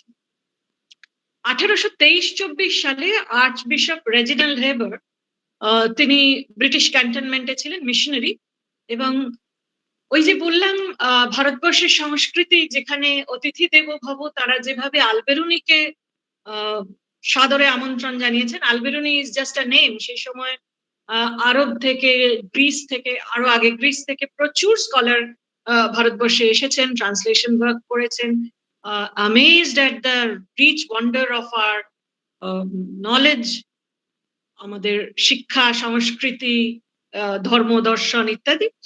ঠিক সেরকমই এক্ষেত্রেও রেজিনাল্ড হেবার খ্রিস্টান মিশনারি, কিন্তু তাকে পুরোহিতরা, বেনারসের পুরোহিতরা তাকে সাদরে অভ্যর্থনা জানান, প্রসাদী মালা দেন, এবং সেটা খুব সুন্দর, ওই যে বললাম কৌতুককর, খুব সুন্দর রেকর্ড করছেন রেজিনাল্ড হেবার। তিনি লিখছেন যে তিনি received garlands of flowers in considerable numbers, which I was told it was uncivil to throw away. এই প্রসাদী মালার গুরুত্ব তো একজন বিদেশির পক্ষে জানা সম্ভব, কিন্তু তাকে কেউ বলেছিল it was uncivil to throw away a remarkable city, more entirely and characteristically Eastern than any which I have yet seen. এবং বেনারসের বাড়ি, গলি, জনজীবনের যে নিবিড় বর্ণনা আমরা হেবারের লেখা থেকে পাচ্ছি। 1890 প্রায় একই ধরনের কথা আমরা picturesque India handbook for European travellers 1890 WS কেন লিখছেন, সেখানে পাচ্ছি বেনারস শহর ও তার জীবনের বিস্তারিত বিবরণ। এডউইন আর্নল্ডের লেখা ইন্ডিয়া রিভিজিটেড, লন্ডন 1886। বেনারস শহর সম্পর্কে এই যে আমরা যখন একটা কিছু দেখি তার সঙ্গে আমার নিজের যে পরিচিত মানদণ্ড তার সঙ্গে তুলনা করবার চেষ্টা করি, নিজের ইয়ার্ডস্টিকে সেটাকে মাপবার চেষ্টা করি, তার দু একটা উদাহরণ আমরা বেনারস কনটেক্সটেই পাচ্ছি। আমি বেনারসটাতে ফোকাস করছি কারণ একটা এক্সাম্পল দিলে বুঝতে সুবিধা হয়। ফ্রাঁসোয়া বার্নিয়ার তাকে বলছেন কারণ তার কাছে ওই ধর্ম দর্শন শিক্ষার পীঠস্থান হিসেবে এথেন্সই রয়েছে as a model. Edwin Arnold বলছেন Oxford and Canterbury of India in one, ধর্ম এবং শিক্ষা কেন্দ্র হিসেবে গুরুত্ব বিচার করে। লেফটেন্যান্ট কর্নেল ডেভিডসন 1843-এ the diary of travels and adventures in upper India বলছেন হিন্দু জেরুজালেম। কেউ জেরুজালেম বলছেন, কেউ এথেন্স বলছেন, কেউ অক্সফোর্ড ক্যান্টারবেরি বলছেন। কাউন্ট হারমান কাইজারলিং, তিনি একজন জার্মান ট্রাভেলার, তিনি বলছেন তার India travel diary of a philosopher তিনি বলছেন the atmosphere of devotion which hangs above the river is improbable in its strength, সেটা শক্তিতে অসম্ভব, stronger than any church that I have ever visited. ভারতবর্ষের সংস্কৃতি তাকে কতটা প্রভাবিত করছে যে তিনি এটা রেকর্ড করছেন। সব মন্তব্যই কিন্তু এত জেনারেস ছিল না, উল্টো দিকের কথাও রয়েছে, উল্টো দিকের কথাও আমরা দু একটা বলি। মিশনারি, যে মিশনারি মানে ওই যে বললাম যে ব্যক্তি অনুসারে সেটা তারা পারসিভ করেন, যেমন রেজিনাল্ড হেবারের মনে হয়েছিল প্রসাদী মালার গুরুত্ব তিনি বুঝতে পেরেছিলেন, অন্যরা কেউ এথেন্স বলছেন, অক্সফোর্ড ক্যান্টারবেরি জেরুজালেম বলছেন বেনারসকে। উল্টো দিকে যে মিশনারিরা অপেক্ষাকৃত বায়াসড তাদের লেখায় আমরা কিরকম দেখতে পাচ্ছি। নরম্যান ম্যাকলাউড তিনি কালভৈরবের মূর্তি দেখে তার মনে হচ্ছে দ্যাট, আমি কোট করছি, that ugly looking monster called God. M S. Sherring তার লেখাতেও আমরা একটা বিরূপ মন্তব্য পাচ্ছি, প্রতিকূল মন্তব্য পাচ্ছি। লন্ডন থেকে প্রকাশিত হয়েছিল তার বই 1868 খ্রিস্টাব্দে 1868, The Sacred City of the Hindus, an account of Banaras in ancient and modern times. সেখানে তিনি বলছেন the worship of uncouth idols, of monsters, of the linga and other indecent figures, and of a multitude of grotesque, ill-shapen and hideous objects. কাজেই যেমন তিনি সেভাবেই perceive করছেন। এবং mark Twain বিষয়েও আমাদের যে অপার মুগ্ধতা তার রসবোধ সম্পর্কে, মার্ক টুয়েনের যে ভ্রমণ কাহিনী 1898-এ প্রকাশিত হয় ফলোইং দ্য ইকুয়েটর, সেখানে মার্ক টুয়েনও বলছেন the town is a vast museum of idols and all of them crude, misshapen and ugly. They flock through one's dreams at night, a wild mob of nightmares. কাজেই ভারতবর্ষের সংস্কৃতি সম্পর্কে যেমন একদিকে অপার মুগ্ধতা, অপার বিস্ময় রয়েছে, সেটা অনুধাবন করার, আত্মস্থ করবার একটা চেষ্টা বেশিরভাগ মানুষের রয়েছে, অন্যদিকে কিন্তু একটা খুব অল্প হলেও ভারতবর্ষের সংস্কৃতি সম্পর্কে, এবং এটাই স্বাভাবিক, একটা খুব বায়াসড, রিজিড ওয়েস্টার্ন নোশন থেকে দেখবারও, ওয়েস্টার্ন প্রিজম দিয়ে দেখবারও একটা প্রক্রিয়া ছিল। এডওয়ার্ড টেরি ভারতবর্ষে আসেন ফ্লিট চ্যাপলেন হিসেবে 1616 খ্রিস্টাব্দে, এবং টমাস রোয়ের অনুরোধে তিনি ইংলিশ এম্বাসির চ্যাপলেন হয়ে যান এবং 2.5 বছর তিনি গুজরাট, বিহার এই অঞ্চলে কাটান, ফিরে গিয়ে আ ভয়েজ টু ইস্ট ইন্ডিয়া লেখেন। এবং এই 2.5 বছর তিনি যে গুজরাট, বিহার এই অঞ্চলে ছিলেন, এই দুই অঞ্চলের এথনিক গ্রুপস, তাদের ভাষা, সংস্কৃতি, ধর্মবিশ্বাস, দৈনন্দিন জীবন সম্পর্কে বিস্তারিত লেখেন। এবং তার মধ্যে আমি এডওয়ার্ড টেরির কথা আলাদা করে উল্লেখ করলাম এই জন্য যে কলোনিয়াল টাইমসে he was one of the first writers যার লেখার মধ্য দিয়ে কিন্তু ভারতবর্ষের ভেজিটেরিয়ানিজম, ভারতবর্ষের নিরামিষ খাদ্যাভ্যাসের যে ধারা, সেটাকে আর্লি মডার্ন ইংল্যান্ডের কাছে তুলে ধরার একটা গুরুত্বপূর্ণ ভূমিকা তিনি পালন করেছেন। আমরা একটা মেজর জিনিস ইগনোর করি সময়, সেটা হচ্ছে ইউরোপীয় মহিলারাও লিখেছেন। আমি এ বিষয়ে একটা বই আপনাদের পড়তে অনুরোধ করব, যারা আগ্রহী। ইন্দ্রাণী সেনের memsahibs writings colonial narratives on Indian women. এই বইটাতে অনেক, আমি যেমন একটা খুব প্রাচীন বইয়ের কথা বললাম রমেশচন্দ্র মজুমদারের ক্লাসিক্যাল অ্যাকাউন্টস অফ ইন্ডিয়া, কিন্তু পড়লে আপনি একটা আইডিয়া পাবেন কি বলা হচ্ছে। ইন্দ্রাণী সেনের বইটার বাইরে আমি দু একটা কথা বলি, যে সেই সময়ের বইয়ের মধ্যে তো অনেক কিছু রয়েছে, আমি আমার কথা একটু বলার চেষ্টা করি। যে একটা বিষয় হচ্ছে যে সেই লেখার তাদের বিভিন্ন সময়ে তাদের ভ্রমণ কাহিনী, জার্নাল, চিঠিপত্র, মিশনারি মহিলাদের অভিজ্ঞতার ডায়েরি, মেডিকেল রাইটিংস, এডুকেশনিস্ট হিসেবে তাদের লেখা, অফিসারদের, মিশনারিদের স্ত্রী, কন্যা, বোন হিসেবে তারা ভারতবর্ষকে কিভাবে দেখছেন, সেগুলো যদি আমরা দেখি তাহলে তার মধ্যে দিয়ে কিন্তু একটা নিবিড়তর সমাজ চিত্র আমরা পাবো, জেন্ডার রিলেশনস এর একটা সাংস্কৃতিক চিত্র পাবো। সেই সময়ে এটাকে অনেকেই ফেমিনিন ন্যারেটিভ বলে মনে করতে পারেন, কিন্তু মেয়েরা লিখছেন বলেই এটা কিন্তু ফেমিনিন ন্যারেটিভ ধরে নেওয়ার কোনো কারণ নেই। যে কথাটা ইতিহাস বিভাগ থেকে যিনি বললেন, নিবেদিতা ম্যাডাম বললেন যে ওই ম্যাসকিউলাইন Europe and the more feminine east, তার পাশাপাশি মেয়েদের লেখাও, মানে মেয়েদের লেখা মানেই যে সেটা মেয়েলি লেখা, এরকম, মানে মেয়েদের লেখালেখি মানে মেয়েলি লেখালেখি, এটা ধরে নেওয়ার কোনো কারণ নেই, ওয়ান। আর সেকেন্ড হচ্ছে এইভাবেই আমরা মেয়েদের মার্জিনালাইজ করি, জেন্ডার সেগ্রিগেশন হয়ে যায়, যার ফলে আমরা যত তরতর করে মেগাস্তেনিজ, আলবেরুনি, ইবনে বাতুতা, ট্যাভার্নিয়ার এত কথা বলি, যদি আপনাকে বিদেশি মহিলা লেখকের কথা বলতে হয়, মেবি কলোনিয়াল টাইমস থেকেই সেটা শুরু, কিন্তু কতজন বিদেশি মহিলা লেখকের কথা আমরা বলতে পারবো যিনি ভারতবর্ষ সম্পর্কে যারা লিখে গিয়েছে? তো সেটাই আমি বলবার চেষ্টা করছি যে মেয়েদের লেখালেখি মানেই সেটা মেয়েলি লেখালেখি, এটা ধরে নেওয়ার কোনো কারণ নেই, এক। আর দুই হচ্ছে যদি তা মেয়েলি লেখালেখিও হয়, if it particularly concerns women's issues, তাহলেও সেই সময়ের মেয়েদের একটা পার্সপেক্টিভ, মানে সেই মহিলা লেখিকা হিসেবে, এবং তিনি মহিলাদের যে বিষয়গুলো নিয়ে আলোচনা করছেন, ভারতীয় মহিলাদের বা ভারত সমাজে যে বিষয়গুলো নিয়ে আলোচনা করছেন, তারও একটা গুরুত্ব আছে। এবং সেই সময়ে মেয়েদের জড়তা, দ্বিধা, তাদের উপরে পুরুষতন্ত্রের প্রভাব, সেটাকে অতিক্রম করবার তাদের যে প্রাণান্তকর চেষ্টা, সেগুলো কিন্তু এই লেখাগুলির মুদ্রিত হচ্ছে। ইন্দ্রাণী সেন যে বিষয়গুলো নিয়ে লিখেছেন, আমি তার থেকে সম্পূর্ণ দুটো আলাদা কথা বলবো। একটা হচ্ছে ফ্যানি পার্কস এর লেখায়, এই যে বললাম মেয়েরা আর কি লিখতে পারে, শেষ পর্যন্ত ওই রকমই ধরে নেওয়া হয় যে মেয়েরা মেয়েলি লেখালেখি করবে। এখনো পর্যন্ত সেই বায়াসটা আমাদের মাথার মধ্যে খুব স্ট্রংলি কাজ করে।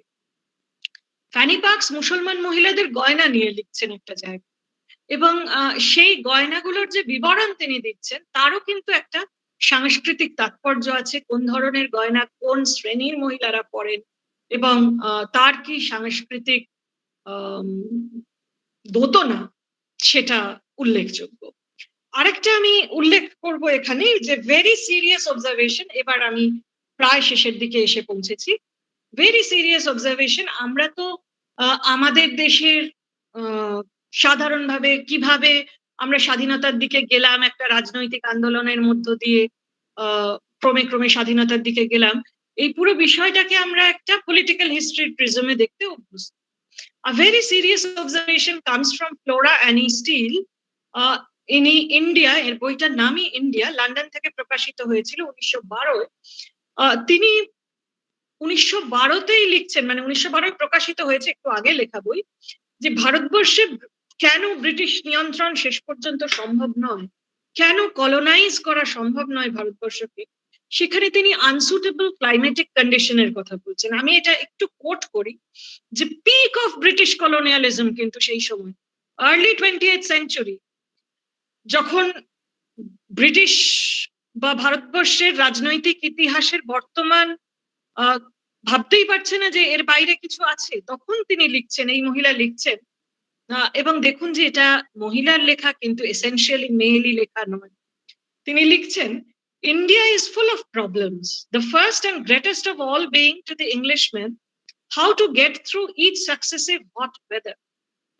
এই হট ওয়েদারের কথা আজ থেকে 115 বছর আগে বলা হচ্ছে। For hidden away in this mere question of personal discomfort lies a very large question. How long can we, a race who, owing to the climate, cannot bring up our own children in India, remain lords paramount of the soil?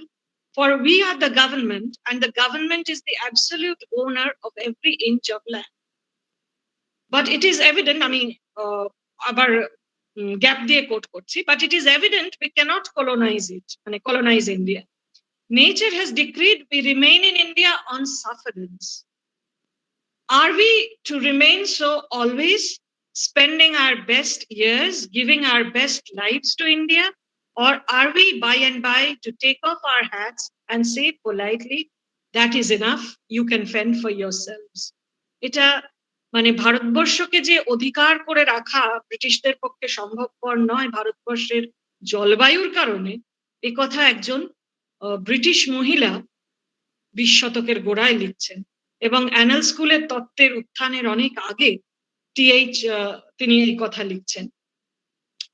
আমি টি.ডাব্লিউ. হোল্ডারনেসের একটা উদাহরণ দেব। তিনি 1911-এ, আমি আবার সংস্কৃতির প্রশ্নে ফিরে আসি, লন্ডন থেকে প্রকাশিত people and problems of India বইয়ে লিখছেন, A country makes its inhabitants in more senses than one. A country may be said to make its inhabitants in their faculties and dispositions are largely influenced by its physical and climatic conditions. এবং ভারতবর্ষের plural culture সম্পর্কে বলতে গিয়ে তিনি বলছেন, India has stamped them with a common seal and has wrought out a recognizable type amid a great profusion of species. যাকে আমরা বিবিধের মাঝে দেখো মিলন মহান বলেছি পরে, তার লেখায় পাচ্ছি। ভাবতে অবাক লাগে যে 100 বছরেরও বেশি সময় আগে Samuel John Thomson the silent India বলে একটা বই লেখেন, 1913 এডিনবরা থেকে প্রকাশিত। সেখানে তিনি দুটি ভারতবর্ষের কথা বলছেন, যে দুটি ভারতবর্ষের কথা আমরা অনেক পরে শুনতে পাচ্ছি। সেখানে তিনি বড় শহরগুলির ভারতবর্ষের কথা বলছেন, যে ভারতবর্ষ বড় শহরগুলোতে থাকে। আর একটা ভারতবর্ষের কথা বলছেন যেটাকে তিনি রিয়েল ইন্ডিয়া বলছেন, যেখানে of the silent millions who lead a simple rural life contented with the thoughts and occupations of their forefathers inherited from the distant past. এই যে একটা দেশের মধ্যে দুটো দেশের থাকা এবং এই যে সংস্কৃতির কথা, সংস্কৃতির বিভিন্ন আসপেক্ট গুলো, এগুলোই বিভিন্ন সময়ে বিদেশি লেখকদের, আমি তাদের ভিজিটার্স বলছি, তাদের লেখার মধ্যে প্রকাশিত হয়েছে।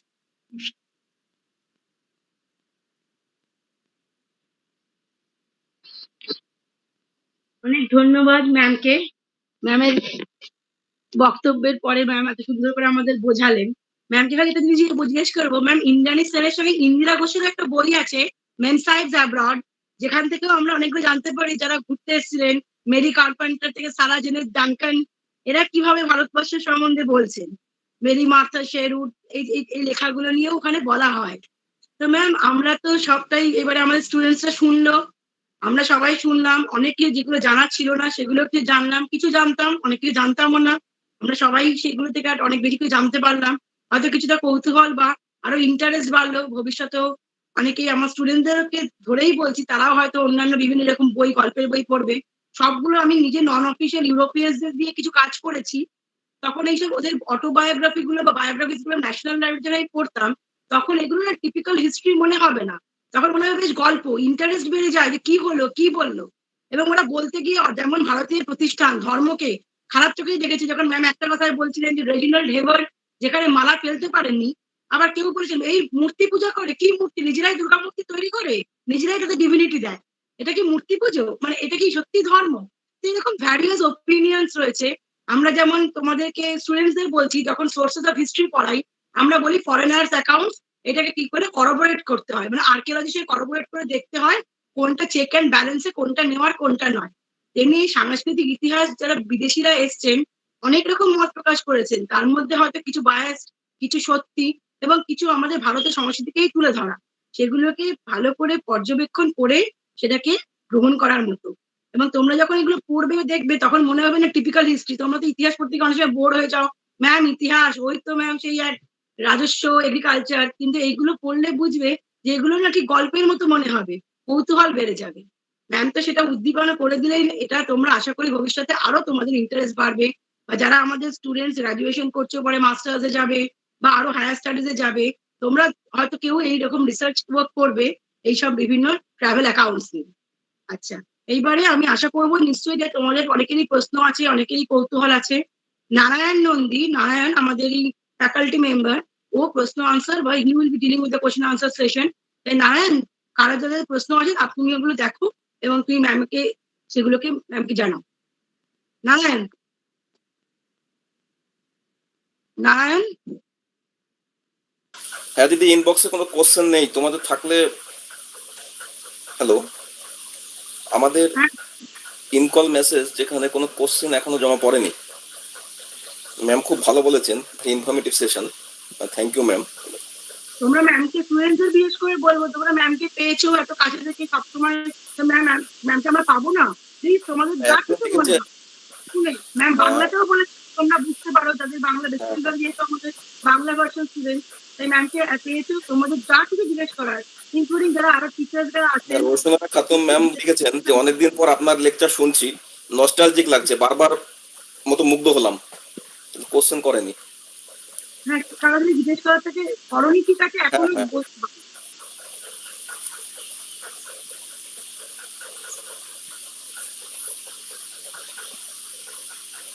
মোহাম্মদ সাফওয়াত জাহান লিখেছেন excellent and informative session, ma'am thank you.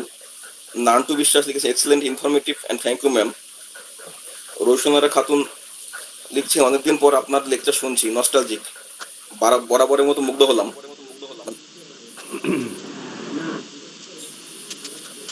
আচ্ছা নিবেদিতা, হ্যাঁ বলো বলো। ম্যাডামকে অনেক ধন্যবাদ অসাধারণ উপস্থাপনার জন্য বিষয়কে কেন্দ্র করে। তো আমার ব্যক্তিগত একটা জিজ্ঞাসার জায়গা রয়েছে, সেটা হচ্ছে যে একদম অ্যানসিয়েন্ট থেকে মডার্ন মানে কলোনিয়াল পিরিয়ড পর্যন্ত সুন্দরভাবে বিদেশিদের চোখে ভারত ভাবে সেই উপস্থাপনা পেলাম। একটা জায়গায় আমি মানে আগ্রহী জানতে যে এই যে বিদেশিদের চোখে আমাদের ভারতীয় সংস্কৃতির যে একটা দিক রয়েছে, একটা হচ্ছে সমন্বয় আর একটা হচ্ছে সংঘাত, সেই জায়গাটি কি কোনোভাবে ফুটে উঠেছে? একটু যদি ম্যাডাম একটু ক্লারিফাই করেন আর কি।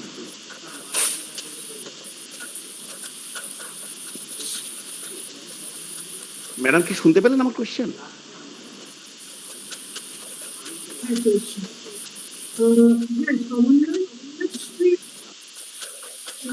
ভারতীয় সংস্কৃতি, এই যে আমি বললাম মানে বললাম সমন্বয়ের কথা, ভারতবর্ষের যে প্লুরাল কালচারের কথা, কিন্তু সমন্বয় সেই অর্থে না।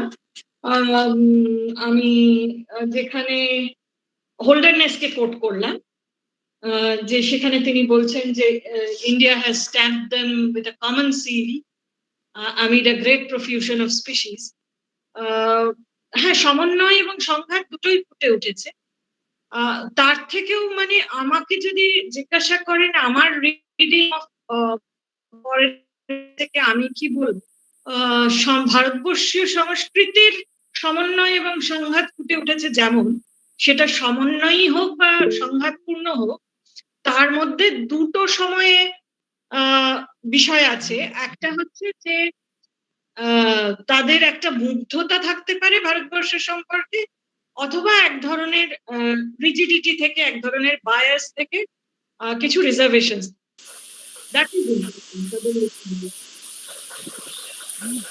Hello hello, thank you madam, thank you. Narayan কোনো প্রশ্ন আছে? একটু দেখো। বিভা ভট্টাচার্য ম্যাম কোশ্চেন করেছেন যে বর্তমান সময়েও যারা অতিথি হিসাবে আসেন তাদের দৃষ্টিভঙ্গির সাথে সাধারণ পর্যটকদের ব্যবহারের পার্থক্য থাকে। এর ফলে অনেক সময় ভুল বার্তা যায় ভারতবর্ষ সম্পর্কে। এটা কি বিদেশিদের তথ্যের দুর্বলতা নয়?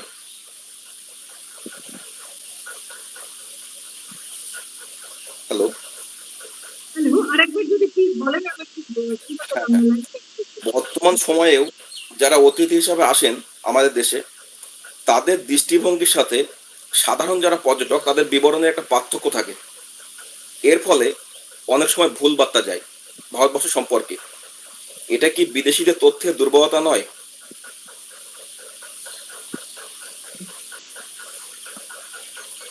এখানে আমি বুঝতে পারছি না, বিভা ম্যাডাম কি রাষ্ট্রীয় অতিথিদের কথা বলছেন? না, উনি মেনশন করেননি ম্যাম। হ্যাঁ ম্যাডাম, আমি হ্যাঁ বিভা ম্যাডাম বলুন, হ্যাঁ বিভা ম্যাডাম বলুন। বলছি আমি রাষ্ট্রীয় অতিথিদের কথা, বিশেষ করে রাষ্ট্রদূত, মানে যারা দেশের রাষ্ট্রপতি, প্রধানমন্ত্রী এই লেভেলের অতিথিদের এই মানসিক হয়ে আসলেন, তাদেরকে তো আমাদের দেশ থেকে অন্যভাবে দেখানো হয়, রিপ্রেজেন্ট করা হয়। কিন্তু তার বাইরে একটা দেশ আছে, যে দেশের অনেকদিন দেখিনি তো, অত্যন্ত বাজে অবস্থা, বাড়িতে আছে, সবার সামনে আসার মতো নেই, দেখাচ্ছে একবার। ভালো আছেন?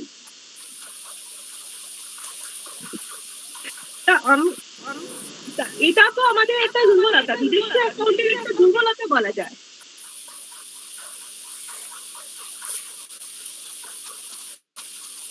আপনার ম্যাডাম মাইক্রোফোন আপনি অফ আছে। মিউট হয়ে আছে, মিউট হন ম্যাডাম। হ্যাঁ, এটা ভারতবর্ষের ক্ষেত্রে যেমন সত্যি, এটা সব জায়গার ক্ষেত্রেই সত্যি যে মানে একটা তো হায়ারার্কির মধ্যে একটা স্ট্র্যাটেজিক হয়, এবং সেই স্ট্র্যাটেজিক একটি সবসময় কিন্তু the way of looking at things, the focus, এই সমস্ত জিনিসগুলো কিন্তু পাল্টে যায়। মানে সাধারণ পর্যটক যে জিনিসগুলো দেখতে পান, আমি যে কথাটা বলছিলাম যে মেগা সিরিজ যেভাবে ভারতবর্ষকে দেখেছেন বা টমাস যেভাবে ভারতবর্ষকে দেখেছে, সেটা কিন্তু একদম সাধারণ পর্যটক বুঝতে পারবে। তার কিছু অ্যাডভান্টেজেস, কিছু ডিসঅ্যাডভান্টেজেস, যেমন এনশিয়েন্ট মেডিভেল মডেল মানে কলোনিয়াল ছিল, তেমনি কন্টেম্পোরারি টাইমকেও আছে যে যিনি রাষ্ট্রীয় অতিথি, তিনি ভারতবর্ষেই আছেন বা তিনি যে কোনো দেশেই যান, তার যে দেখার প্রিজমটা, তার যে দেখার লেন্সটা, that is largely different from the ordinary, quote unquote, ordinary traveler. এবার তিনি যদি পার্টিকুলারলি এই মেথোডোলজি ট্রেনিং না হন, তাহলে কিন্তু পার্থক্যগুলো কাজ করতে পারবে। কারণ ঠিক যেমন আমার বাড়িতে কেউ এলে বাজিয়ে দিচ্ছি, বাড়ির দৈন্যটা আড়াল করেই তাকে দেখানোর চেষ্টা করি। খুব বুদ্ধিমান না হলে সে আবার দৈন্য বা আবার লুকুগুলো ধরতে পারবে। সেই দৈন্য বলা, লুকুল বল বা আমি যা দেখাতে চাই না, সেটা খুব ভালো জিনিস হতে পারে, সেটা ধরবার জন্য যে অ্যাচিভমেন্টটা প্রয়োজন, সেটা কিন্তু সর্বদা ওই ট্রেনিংটা বোঝাতে হবে। কাজে অবশ্যই একটা পার্থক্য ভারতবর্ষের ক্ষেত্রে ঘটে, এটা জেনারেলি সব জায়গার জন্য। তাহলে আমাদের সেক্ষেত্রে একটু বিদেশি বিবরণ যখন আমরা পড়বো, যে কোনো বিদেশের লেখায় পড়বো, তাহলে একটু সচেতন হয়ে সেটা পড়াটা বোধহয় উচিত, যে আমরা কার লেখা, তার মানে তার সামাজিকভাবে তার অবস্থান কিরকম, সেটা ভেবে পড়লে বোধহয় আমাদের কাছে একটা ক্লিয়ার পিকচার ফুটে উঠবে। বা অন্য কোনো আমি কিন্তু খুব সচেতন হয়ে পড়ার, মানে আমরা তো যা কিছুই করবো সচেতন হয়েই করবো, কিন্তু আলাদা করে খুব সচেতনতার দরকার আছে বলে আমার মনে হয়। কারণ সেই মানুষের ব্যাকগ্রাউন্ডকে আমরা জানি। কাজেই তিনি কি বলছেন, কেন বলছেন, সেটা কিন্তু আমরা মানে আমাদের নিজেদের ট্রেনিং দিয়ে বুঝে নিই। কেউ পরে দেখা হবে, কথা হবে।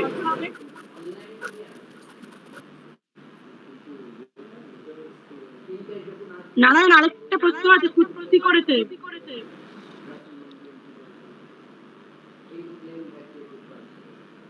নারায়ণ, শ্রুতি প্রশ্ন করেছে।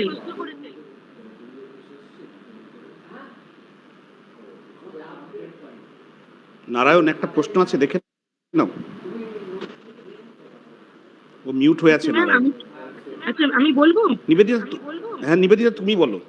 আচ্ছা ম্যাম, আরেকজন প্রশ্ন করেছে আমার এক স্টুডেন্ট। ও বলছে, as you explained about both the criticisms and prosperity of India in foreigners' account, especially when they first laid a voyage to meet an alien culture, some reacted with enthusiasm, while others in a distinguished way. So now in this current 21st century, is there any different outlook provided by modern historians on this? Provided by modern historians on this subject, especially on the criticisms.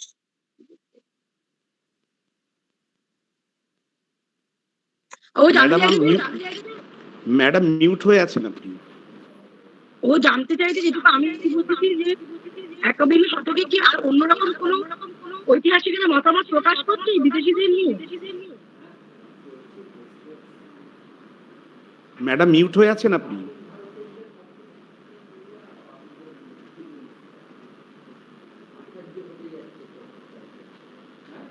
Madam কি শুনতে পাচ্ছেন না? Mute হয়ে আছেন। না, no worries, আমি প্রশ্ন পড়ার চেষ্টা করছি। আচ্ছা আচ্ছা। See, well, people who were traveling to India, of course,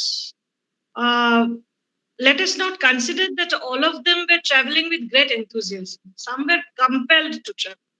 Some people were traveling under compulsion. Some people were traveling as a part of their job. And maybe our duty may not always evoke a sense of enthusiasm, right? So all travels were, marked with enthusiasm would be a gross generalization, I would say.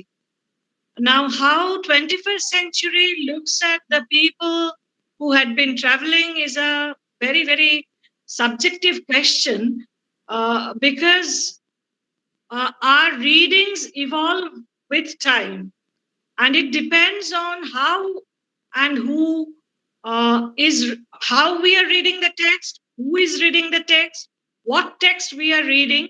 I don't think 21st century by itself will have an impact on the travelers' accounts, on the reading of the travelers' accounts. Our reading of the 20th century or maybe of the 19th century could have been more progressive than by someone who is more conservative on his or her historical opinions in the 21st century. So I don't think time is a great factor in that case. And each account has to be taken per se as to how it is happening. That's how I would want to it. Narayan, আচ্ছা, আমার মনে হয় আরেকটি প্রশ্ন এসেছে। হ্যাঁ নারায়ণ, প্রশ্ন এসেছে, দেখ। প্রবলেম হচ্ছে, আমাকে শুনতে পাচ্ছেন দিদি? হ্যালো। ওটা প্রশ্ন অ্যাকচুয়ালি নয়, ওটা ওর অভিমত ব্যক্ত করেছে আর কি। ও আচ্ছা। আর কোনো প্রশ্ন যদি না থাকে তাহলে আমরা পরের পর্যায়ে চলে যেতে পারি। আর কি কেউ জিজ্ঞাসা করবে? কেউ যদি জিজ্ঞেস করতে চায় একটু প্লিজ হ্যান্ড রেজ করে একটু কোশ্চেন করতে পারেন আর কি, না হলে নিবেদিতা পরের এই পর্যায়ে চলে যায়। না, আমার একটা ছোট প্রশ্ন আছে। আচ্ছা, ওকে, আমাকে যদি শোনা যাচ্ছে? হ্যাঁ, তো আমার যেটা প্রশ্ন সেটা হলো যে মানে ঐতিহাসিক যদি আমরা বর্ণনা দেখি বিভিন্ন পর্যটকের, তো বিভিন্ন সময়ে ভারতকে যেভাবে বর্ণনা করা হয়েছে সেটা অবভিয়াসলি ডিফারেন্ট, সেটা হয়তো আলোচনাও হয়েছে এখানে। যেমন একটা সময় অনেক বেশি ভারতকে কুসংস্কারাচ্ছন্ন দেশ বলে বর্ণনা করা হয়েছে। আবার তার আগের যদি আমরা পর্যায়ে যাই, যখন আমাদের বিজ্ঞান এবং চিকিৎসা বিদ্যা থেকে শুরু করে সমস্ত কিছু অনেক উন্নতি ছিল, তখনকার বর্ণনাটা আলাদা। আবার আমরা যদি বর্তমান আধুনিক বর্ণনাতে যাই সেটা আলাদা, কলোনিয়াল পিরিয়ডের বর্ণনাগুলো আলাদা। তো এই যে ধারাবাহিকভাবে কিভাবে ভারতকে বিভিন্ন ভাবে দেখা হচ্ছে বিভিন্ন সময়ে, সেইটা যদি একটু বলেন। আপনি কি ইতিহাসের? না, আমি ইতিহাসের লোক নই, আমি বিজ্ঞানের লোক। আমার সেটাই মনে হলো যে আসলে এটা কোনো আপনার প্রশ্নের জন্য অনেক ধন্যবাদ, কিন্তু আসলে এটা কোনো মানে আমরা এইভাবে সাধারণভাবে ইতিহাস সম্পর্কে এই ধরনের ধারণাগুলো যারা ইতিহাসের ছাত্রছাত্রী নন, মানে জনমানসে যদি বলি, এই ধারণাগুলি প্রচলিত যে ভারতকে কুসংস্কারাচ্ছন্ন মানে কুসংস্কারাচ্ছন্ন একটি দেশ হিসেবে দেখানো হয়েছে, বা তার আগে খুব গ্লোরিফাইড দেখানো হয়েছে। এভাবে কিন্তু আমরা কোনো পিরিয়ডকে জেনারেলাইজ করতে পারি না। সমস্ত যুগেই, সমস্ত পর্বে, সমস্ত পর্যায়ে, বিভিন্ন সময়ে বিভিন্ন যে ভিজিটার্সরা এসেছেন ভারতবর্ষে, তার মধ্যে আমি যেটা আমার টকের মধ্যে বলবার চেষ্টা করলাম যে সাইমালটেনিয়াসলি কিন্তু আমরা এই ন্যারেটিভ গুলো পাচ্ছি। কেউ বেনারসকে দিয়েছেন, আবার কেউ বলছেন যে মানে দ্য কালচার ইজ সো গ্রোটেস্ক। কাজেই এটা কিন্তু সাইমালটেনিয়াসলি রয়েছে। একই সময়ে আপনি দেখবেন কেউ বলছেন কুসংস্কারাচ্ছন্ন, ওই ল্যান্ড অফ স্নেক চার্মার্স এটসেট্রা, আর সেই সময়ই কিন্তু কেউ ভারতবর্ষের ধর্ম দর্শন সম্পর্কে, ভারতবর্ষের শিক্ষা সম্পর্কে অত্যন্ত উচ্চ অভিমত পোষণ করছেন। এটা কিন্তু সাইমালটেনিয়াসলি চলে, এর কোনো কম্পার্টমেন্টালাইজেশন নেই যে এই যুগে এটা বলা হচ্ছে বা তার আগে বলা হচ্ছে, তারপরে বলা হচ্ছে। এখনো পর্যন্ত এটা তো সব জায়গাতেই এই ওপিনিয়নটা রয়েছে, তাই না? আজকের দিনেও ভারতবর্ষ সম্পর্কে there is a very sharply divided opinion. কাজেই এটাই কিন্তু আমার রেসপন্স, যে ওইভাবে জেনারেলাইজেশন ইতিহাসে করা হয় না। যদিও সাধারণভাবে যারা ইতিহাসের চর্চা করেন না, ইতিহাসের ছাত্রছাত্রী নন যারা, জনমানসে এইভাবেই ইতিহাসটাকে বোঝানোর চেষ্টা করা। কোনো একটা নির্দিষ্ট যুগকে কুসংস্কারাচ্ছন্ন বলে কখনো কোনো বিদেশি পর্যটক অভিহিত করেননি। একজন করে থাকতে পারেন, কিন্তু সেই সময়ে আরেকজনের লেখা যদি আমরা দেখি, একদম কন্টেম্পোরারি লেখা, সম্পূর্ণ বিপরীত একটা প্যারাডাইমে অবস্থান করে। ধন্যবাদ। After such an intrusive session, now we have to draw to its logical conclusion. আমরা এক্সপেক্ট করবো যে একটা দিন হবে, আমরা তো ওয়েবিনারে ম্যামকে দেখলাম, কিন্তু ম্যাম একদিন সরাসরি আসবেন, এবং আমার ভালো লাগছে যে এটা কোনো নয় যে ম্যামও প্রেসিডেন্সিয়াল। আমার 3 বছর আগে ম্যাম সেই কলেজ থেকে পাশ করে এসছেন। তো একদিন ম্যাম যদি কলেজে আসেন, কখনো ম্যামের সময় সুযোগ করে সেই দিন আমরা দেখতে পাই, তাহলে সরাসরি ইন্টারঅ্যাক্ট ম্যামের সঙ্গে করতে পারবো। কিন্তু সব সেশনে অ্যাকচুয়ালি নিবেদিতা তেমনটাই কথা ছিল, ম্যাডাম যখন আসবেন কলকাতা, আমরা তো আমাদের কিছু মানে বাধ্যবাধকতার কারণেই ওয়েবিনার ফরম্যাটে ম্যামকে আমরা পেলাম। আশা রাখি অবশ্যই আমাদের কলেজে আমাদের ডাকে সাড়া দেবেন। নিশ্চয়ই আমারও খুব যাওয়ার ইচ্ছা রইল। Many thanks for your hospitality. Thank you. আচ্ছা, আর একটুখানি আমাদের দুজনেরই, আমার আইজুলের একটু হয়তো মানে মোবাইল নাম্বার নিয়ে একটু বুঝতে অসুবিধা হওয়াতে আমি আপনাকে ঠিক সরাসরি কন্ট্যাক্ট করতে পারিনি কালকে। আমি ওয়েট করেছিলাম, কিন্তু যাই হোক আমি রেসপন্স পাইনি, আগের ফোন নাম্বার জানতাম না। আর ও যখন বলেছে তখন অনেক রাত হয়ে গেছে, সব মিলে নাহলে কথা বলতে পারতাম আপনার সাথে।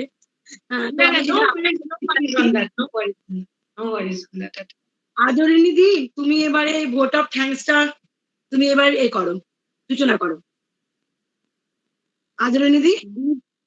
হ্যাঁ, নিবেদিতা। হ্যাঁ হ্যাঁ হ্যালো, হ্যালো, হ্যাঁ শুনতে পাচ্ছি, বলো। good afternoon. With all due respected, I would like to thank respected guests, my colleagues, and all participants for their presence at One Day International Webinar, One India Through the Lens of Visitors, a chapter in our cultural history organized by Department of History and IQAC, Sarojini Naidu College for Women. I will thank respected Sir Professor Syed Tanvir Nasrin, Director, Indian Cultural Center, High Commission of Indian in Maldives. We are enlightened with her inspiring speech, full of information. I also wish to express my gratitude to respected Dr. Anjan Sinha, President of GB, and our respected principal, Madam Dr. Urmila Ukil, who are chief patron of organizing committee for arranging such a program. Our heartfelt thanks to respected Dr. Sudeshna Chatterjee, Associate Professor, Department of Chemistry, and Coordinator, IQAC. She is very dynamic personality of our college. I may like to express our sincere thanks to other members of the ordering committee, Mr. Azizul Bishwas, HOD, Assistant Professor, and Mr. Narayan Nandi, Assistant Professor, Department of History, Secretary Dr. Sukarna Sarkar, Associate Professor, Department of History, Host Dr. Nivedita Pal, Associate Professor, Department of History. I would like to thank Mr. Tamagno Rai, mastermind behind technical support, for arranging virtual platform. Beautiful, thanks.